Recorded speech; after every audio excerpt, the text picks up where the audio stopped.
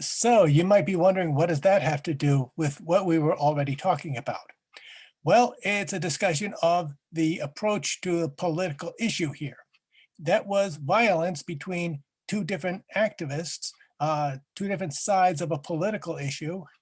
And that's not the right way to do it because remember, the enemies of liberty have a right to their wrong opinion. Abolitionists ran into the same issue. Sure, they have a right to their wrong opinion, but holding wrong opinions does not entitle anybody to keep slaves. It's not just our opinion that their opinion is wrong. It's not just our opinion that slavery is unjust. It is the correct opinion. Remember, once good, sound, logical reasoning establishes something, that settles it, and then we can build on it. Got to remember, don't hesitate to build on it.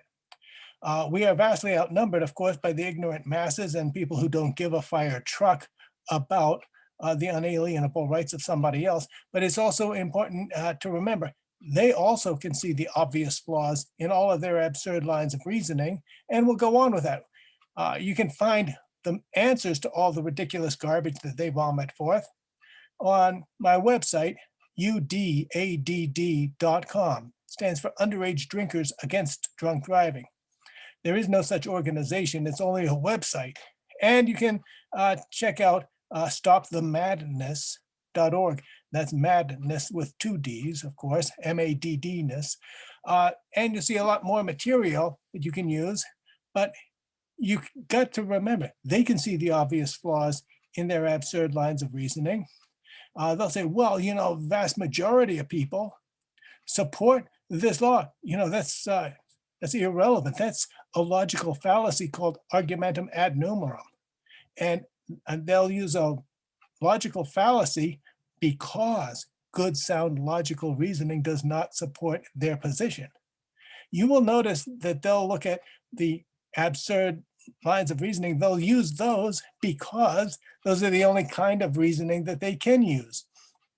You've got cops rationalizing that it's okay to enforce underage drinking laws. Well, if you don't like the laws the cops enforce, then change the laws, as if you have it within your power to change the laws. And you have enemies of liberty who will accuse you of having elected those leaders.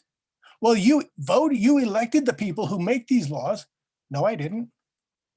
It's like they can see the flaw in that. Maybe you voted for them, or maybe you didn't vote. Well, shame on you if you didn't vote, but maybe you voted for candidates who oppose these laws. A lot of Libertarian Party candidates are against underage drinking laws. And, they can see the flaw in their reasoning. It's just that they have to use flawed reasoning to support their position on these things.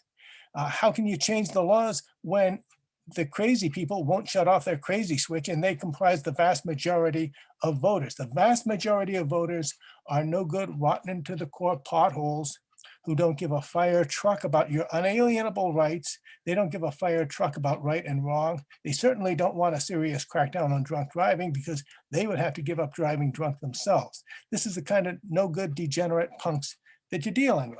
And we're going to look over the chessboard to find what to do with that.